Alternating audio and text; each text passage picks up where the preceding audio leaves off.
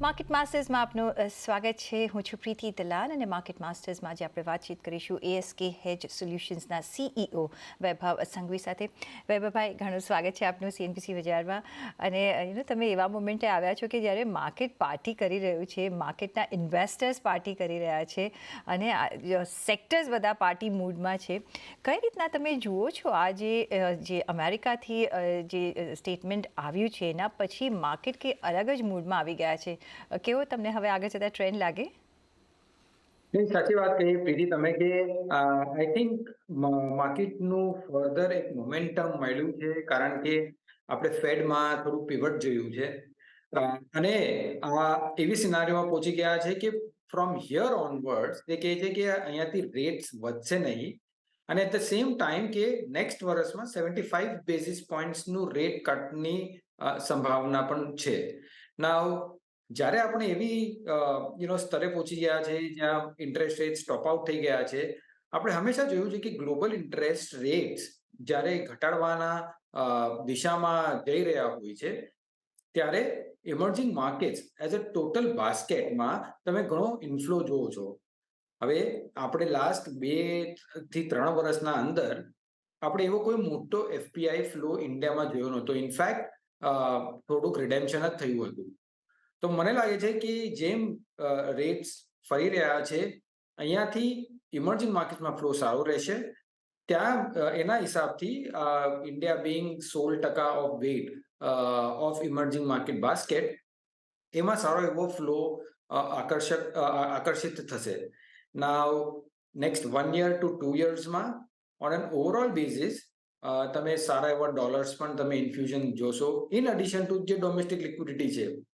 So there is a possibility કે valuations જે હમણાં થોડા એક્સપેન્સિવ લાગે છે એ એક્સપેન્સિવ વેલ્યુએશન્સ થોડા બની રહેશે. એબ્સોલ્યુટલી. પણ વૈભવભાઈ, એક પોઝિટિવ સ્ટેટમેન્ટ આવ્યું છે, પણ વી નો કે ફેડ થોડું ચેન્જ પણ કરી નાખતું હોય છે એમના જે આપણે જોયું છે પાસ્ટમાં. જે રીતના પણ ત્યાં અત્યારના આપણે જોઈ રહ્યા છીએ કે એક ડોલર યીલ્ડમાં ઓછો એક સારું એવું મેલો ડાઉન થયું છે. શું લાગે ત્યાં જે ડેફિસિટ છે જો કે વધી રહી છે, શું તમે આગળ જતાં ત્યાં કોઈ પ્રોબ્લેમ જોઈ રહ્યા છો કે એક ત્યાં એક વધારે પુશ થાય રેટ કટ? બિકોઝ એમને 3 રેટ કટ્સ 0.25ના તો કહી દીધા છે. પણ સબસિક્વન્ટલી આપણે જે રાહ જોઈ રહ્યા છીએ કે RBI આપણા રેટ્સ ક્યારે ઓછા કરવા માંડે. તો બંનેનું કઈ રીતના તમે એક કોમ્બિનેશન જોઈ રહ્યા છો, કઈ રીતના ઇફેક્ટ કરી શકે છે રાધર? જે હિસાબથી જે ગાઈડન્સ આપી છે, જે હિસાબથી મોનેટરી ટોન ચેન્જ થયો છે, અમને લાગે છે કે જે ગ્રોથ નંબર્સ છે એ નેક્સ્ટ 1 quarter થી 2 quarterમાં યુએસમાં સારા એવા પ્રેશરમાં રહેશે. એક વખત એ નંબર્સ જ્યારે આવશે in terms of the pressure on the growth, ત્યારે અમને લાગે છે કે એ લોકો એક્ટ કરવાનું ચાલુ કરશે in terms of decreasing the rates. હવે એનું એન્ટિસિપેશન કરીને આપણે અહીંયા શું જોઈ શકીએ છીએ રેટ્સમાં? મારા હિસાબથી અહીંયા MPCનું મેન્ડેટ છે 4 થી 6% ઇન્ફ્લેશનનું બેન્ડમાં. હવે 4%ની આસપાસ અગર ઇન્ફ્લેશન આવી રહ્યું છે એસ્પેશિયલી ઓન ધ CPI, તો મને નથી લાગતું કે દેર ઇઝ એની રીઝન જ્યાં RBI ઇન્ટરેસ્ટ રેટ્સને એલિવેટેડ રાખશે. મારું માનવું એમ છે કે અહીંયાથી RBI પોસિબલી ફેડ કરતા પહેલા થોડુંક ઇન્ટરેસ્ટ રેટ ઘટાડવાની એક પહેલ કરી શકે છે. whether it happens in February or any other time, but on an overall basis આપણે એક ડાયરેક્શન નિશ્ચિત છે કે અહીંયાથી ઇન્ટરેસ્ટ રેટ્સ ઉપર નહીં જાય, અહીંયાથી ઇન્ટરેસ્ટ રેટ્સ મારા હિસાબથી નીચે જ આવવા જોઈએ. It's just a matter of 1 or 2 months here and there. જી એબ્સોલ્યુટલી. તો એક તો હવે ચિંતા દૂર થઈ ગઈ છે માર્કેટની કે હવે ઇન્ટરેસ્ટ રેટ્સ ઉપર નહીં જાય. સાથે આપણે ઇલેક્શન્સ પણ આવી રહ્યા છે, આપણા જનરલ ઇલેક્શન્સ જે મેથી જૂનમાં આવશે, એટલે એના પર પણ એક ધ્યાન રાખતા રહ્યા છે આપણે અને માર્કેટ્સ પણ ધ્યાન રાખી રહ્યું છે. પણ તો એક બીજો જે આસ્પેક્ટ છે એ છે જે FIIsની ઇનવર્ડ એન્ટ્રી. આપણે જોઈ રહ્યા છીએ કે હવે સતત અહીંયા આપણે ઇનવર્ડ એન્ટ્રી થઈ રહી છે અને એક બલ્કમાં આપણે જોઈ રહ્યા છીએ. કઈ રીતના તમે જુઓ છો આ એક કન્ટિન્યુએશન તમે જોઈ રહ્યા છો આગળ જતાં પણ, અને કયા એવા આસ્પેક્ટ્સ બની શકે કે એ લોકો એમનો રસ્તો ચેન્જ કરે?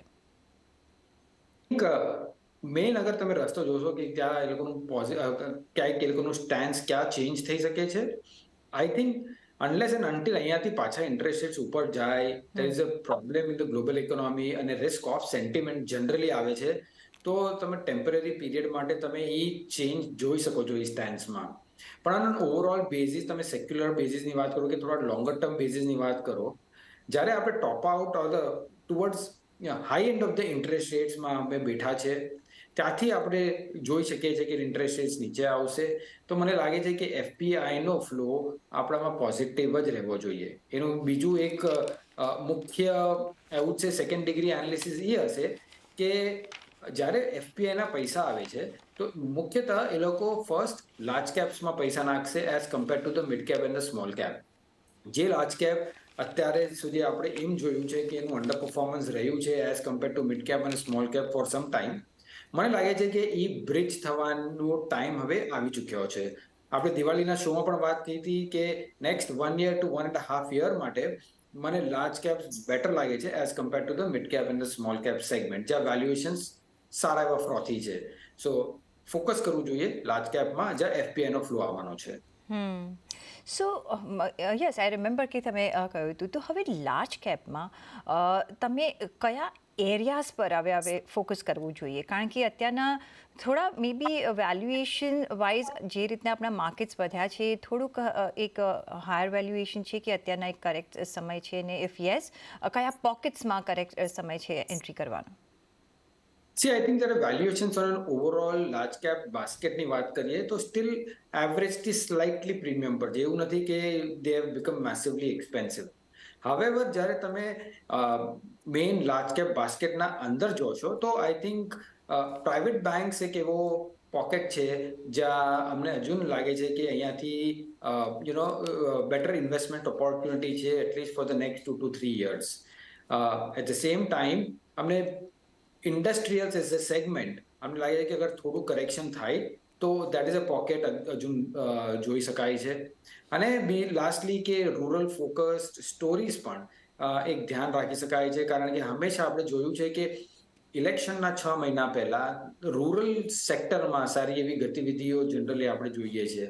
તો અમને લાગે છે કે જે રૂરલ સેક્ટર અત્યાર સુધી લાસ્ટ 2 વર્ષમાં થોડું વીક પડ્યું હતું, અહીંયાથી થોડી રિકવરીની સંભાવના છે. તો એ એક સેક્ટર છે જે તમે જોઈ શકો છો, apart from the renewable sector જે મલ્ટી ડેકેડ ઓપોર્ચ્યુનિટી આપણી સામે છે. તો આ બધા સેક્ટર્સ અમને પસંદ છે અને અવોઇડ કરશું ખાસ કરીને જે પણ ગ્લોબલી એક્સપોઝડ સેક્ટર્સ હોય એને અમે એવોઇડ કરશું. ઓકે, તો globally sectors, globally focus sectors હમણાં આપણે અવોઇડ કરીશું, ને એ આપણે પહેલેથી જ કહેતા આવ્યા છે કે ડોમેસ્ટિકલી ફોકસ્ડ સેક્ટર્સમાં આપણે ધ્યાન રાખવાનું છે કે જે રીતે અહીંયા ડિમાન્ડ જે છે.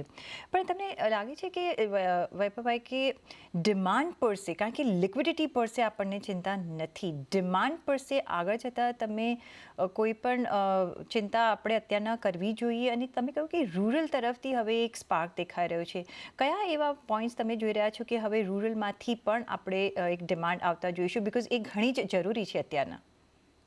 ઓફકોર્સ આઈ થિંક જે હિસાબથી આપણી economy on overall basis improve થઈ રહી છે, જે હિસાબથી લાસ્ટ 2 કે 3 મોન્સૂન સારા છે, એગ્રીકલ્ચર પ્રોડક્શન સારું છે, અમે જોઈ રહ્યા છીએ કે ઓન ગ્રાઉન્ડ આઈ થિંક જે ડિમાન્ડમાં ચેન્જ થઈ રહ્યું છે એટલીસ્ટ ઓન ધ લોઅર ડિનોમિનેટેડ આઇટમ્સમાં એ દેખાઈ રહી છે. સેકન્ડ એક ઇન્ડિકેશન બીજું છે કે જ્યાં આપણે ટુ વ્હીલર્સ વાત કરીએ તો ટુ વ્હીલર્સ આપણે લાસ્ટ 6 મહિનામાં હેવ પરફોર્મડ મચ બેટર અને month on month sales numbers પણ એમના સારા છે.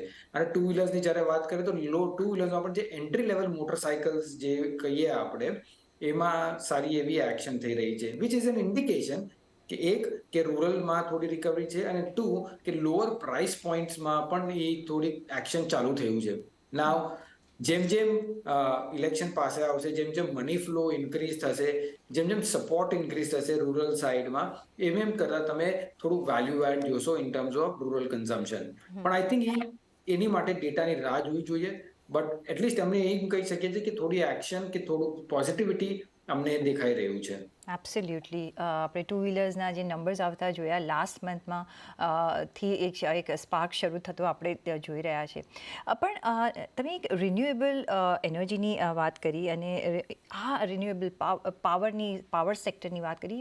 અહીંયા એકદમ બઝિંગ છે અને આપણે મલ્ટી યર હવે ફોલ્ડ અહીંયા જોઈ શકીએ છીએ આગળ જતાં, અને ઘણું બધું ઇન્વેસ્ટમેન્ટ થઈ રહ્યું છે, ઘણું બધું કામકાજ થઈ રહ્યું છે. મે બી ભારત અહીંયા પણ એક આગળ જતાં આગળ વર્ષોમાં હબ બની શકે છે. અહીંયા કઈ રીતનું ઇન્વેસ્ટમેન્ટ તમે, કારણ કે અહીંયા થોડું આપણે લોંગ ટાઈમ ઇન્વેસ્ટેડ રહેવું પડશે, લોંગર દેન લોંગ ટાઈમ ઇન્વેસ્ટેડ રહેવું પડશે. કઈ રીતના તમે અહીંયા સ્ટ્રેટેજી વાપરવાની સલાહ આપશો? સી આઈ થિંક એક ધ્યાન રાખવું જોઈએ કે જ્યારે આપણે ક્લાઇમેટ ચેન્જની વાત કરીએ છીએ અને જે હિસાબથી જે ગ્લોબલ ફોકસ આવી રહ્યું છે, અમે COP28નું સમિટ પણ જોયું, એમાં પણ એના ઘણા રિઝોલ્યુશન એ લોકોએ પાસ કર્યા છે, એગ્રીમેન્ટ્સ થયા છે. અને ઇન્ડિયા ભારત પોતાનું કમિટમેન્ટ કે આપણે નેટ ઝીરો થઈ જશું over a period of time, મને લાગે છે કે આ એક એરિયા છે જ્યાં કન્ટિન્યુઅસ ઇન્વેસ્ટમેન્ટ થવું અનિવાર્ય છે. અને જ્યારે ઇન્વેસ્ટમેન્ટ થશે તો આપણે ખાલી આઈડેન્ટિફાઈ કરવાનું છે કે કયા પોકેટમાં આપણું રિટર્ન ઓન ઇક્વિટીના હિસાબથી કે રિટર્ન ઓન કેપિટલ એમ્પ્લોયડના હિસાબથી એક ઇન્વેસ્ટરને ક્યાં આપણે સેક્ટર જોવું જોઈએ, કઈ કંપનીઝમાં એની એફિશિયન્સી તમને વધારે દેખાઈ રહી છે, એ હિસાબે થોડુંક રિસર્ચ કરીને લોંગ ટર્મ માટે રાખવું પડશે. હા, ઓફકોર્સ તમે જેમ કહ્યું કાફી બઝિંગ સેક્ટર છે, તમે વેલ્યુએશન્સ પણ જોવા જશો તો થોડા એક્સપેન્સિવ છે, પણ જ્યારે ઓપોર્ચ્યુનિટી જ્યારે 20 વર્ષ 30 વર્ષની છે ત્યારે થોડુંક એક્સપેન્સિવ વેલ્યુએશન જેમાં પણ પ્રોબ્લેમ નથી, ટિલ ધ ટાઈમ કે આપણે ખાતરી છે કે આ લોંગર ટર્મ સસ્ટેનેબલ ઓપોર્ચ્યુનિટી છે. સારી ચીજો માટે વી always pay a good price અને હાઈ પ્રાઇસ પર, કારણ કે એમાં આપણને હાયર આગળ જતાં બેનિફિટ્સ પણ મળી શકે છે. સની આઈટીમાં આપણે અત્યારના ઘણા વખત પછી એક સ્પાર્ક હવે જોઈ રહ્યા છે અત્યારના જે FOMCનું જે આઉટકમ આવ્યું ત્યારબાદ, અને હમણાં જોઈએ તો 20 મહિનાના ઉપલા સ્તર પર આઈટી ઇન્ડેક્સ ચાલી રહ્યો છે આજના દિવસે જોઈએ તો. કઈ રીતના તમે જોઈ રહ્યા છો કે હવે અહીંયાથી આપણે જે આઈટીને આપણે થોડો વખત રાખ્યું હતું બાજુ પર કે અહીંયા આપણે થોડું કદાચ સ્લો ડાઉન જોઈ શકીએ છીએ કે વેટ એન્ડ વોચનો એક સિનારિયો આપ્યો હતો.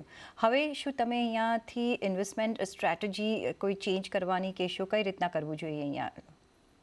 સી તમે જ્યારે આઈટી સેક્ટર જોજો અને જ્યારે એનું આપણે ઇવેલ્યુએશન કરીએ છીએ તો આઈ થિંક હું એનું ઇવેલ્યુએશન બે સેગમેન્ટમાં ડિવાઈડ કરીશ. One is your fundamental factors અને બીજું છે ટેકનિકલ ફેક્ટર્સ. અને પેલા ટેકનિકલ ફેક્ટર્સ પર વાત કરીએ કે ટેકનિકલ ફેક્ટર્સમાં અગર તમે જોશો કે જ્યારે ઇન્ટરેસ્ટ રેટ્સ ટોપ આઉટની જ્યારે વાત થઈ ત્યારે એક નેચરલ આપણે કન્ક્લુઝન કાઢીએ છીએ કે lower interest rates is better for IT. So એના લીધે what has happened is basically જે આપણે initial round of short covering કહીએ આપણે કે લાસ્ટ 2 દિવસમાં કે 3 દિવસમાં જે જોયું ત્યારે ખાસું મોમેન્ટમ આઈટી સેક્ટરમાં આવ્યું છે અને એ મેજરલી તમારો શોર્ટ કવરિંગના હિસાબ છે અને દેટ ઇઝ વાય આઈ સે ઇટ ઇઝ અ ટેકનિકલ અને ટેક્ટિકલ ફેક્ટર.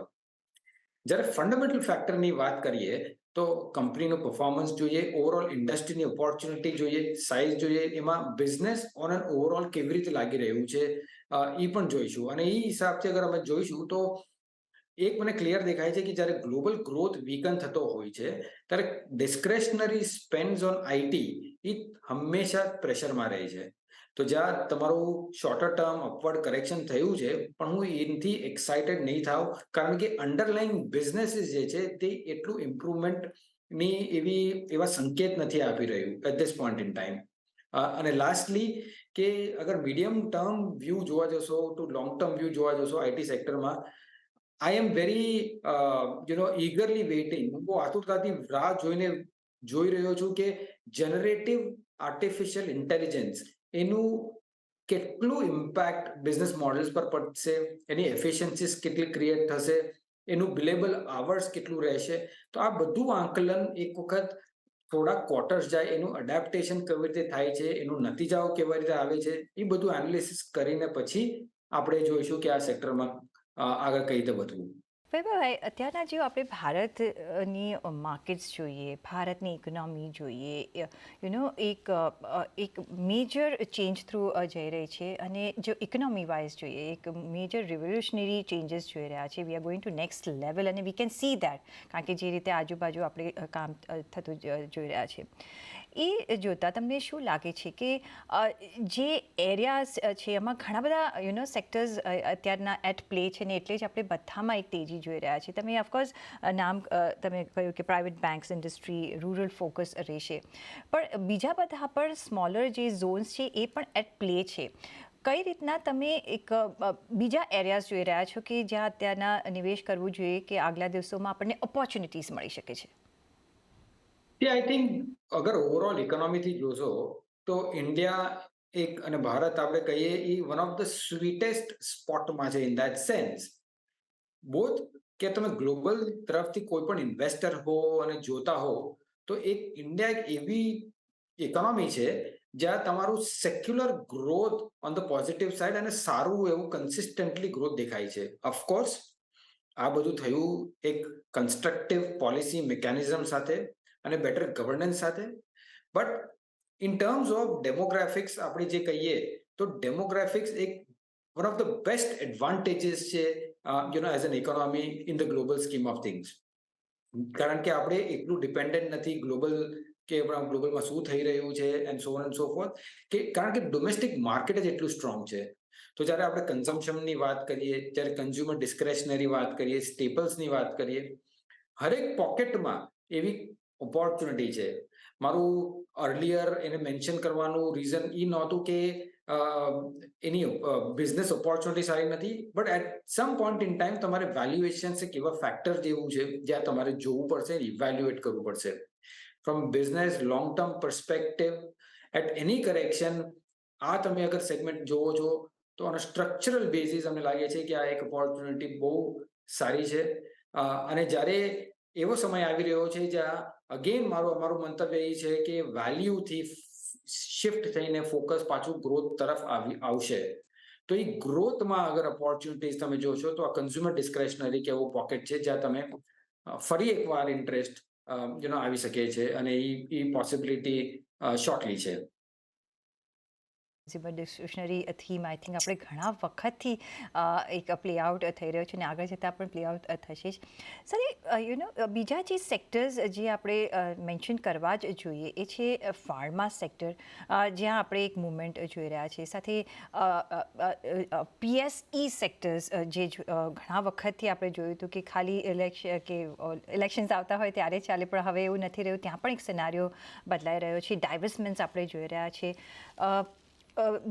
બીજી બાજુ જોઈએ તો ઓફકોર્સ હવે પ્રાઇવેટ કેપેક્સ પણ વધતું આપણને દેખાઈ રહ્યું છે. તો એ સંજોગોમાં તમે આ ત્રણેય વસ્તુ જોઈને ફાર્મા પર તમારો પહેલાં તો શું વ્યૂ બનતો દેખાઈ રહ્યો છે? એ તો I think one important variable અને લાસ્ટ 2 ક્વાર્ટર્સના પરિણામો પણ પ્રીટી ડિસન્ટ આવ્યા છે.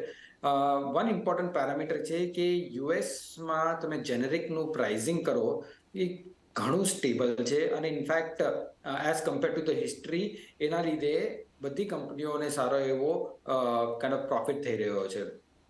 On an opportunity basis pharma એક સેક્યુલર સ્ટોરી છે, સ્ટડી ગ્રોથ રેટ્સ છે, પણ હરેક કંપની તમે જોશો તો એનું બોટમ અપ બેઝિસ પરથી એનું મૂલ્યાંકન કરવું પડશે. કારણ કે હરેક કંપનીના પ્લાન્ટ્સ કેટલા FDA ક્લિયર્ડ છે, કેટલી પાઇપલાઇન છે હરેક પ્લાન્ટમાં, હરેક કંપનીમાં, એના ઉપર એનો ગ્રોથ પ્રોસ્પેક્ટ નિર્ભર થશે.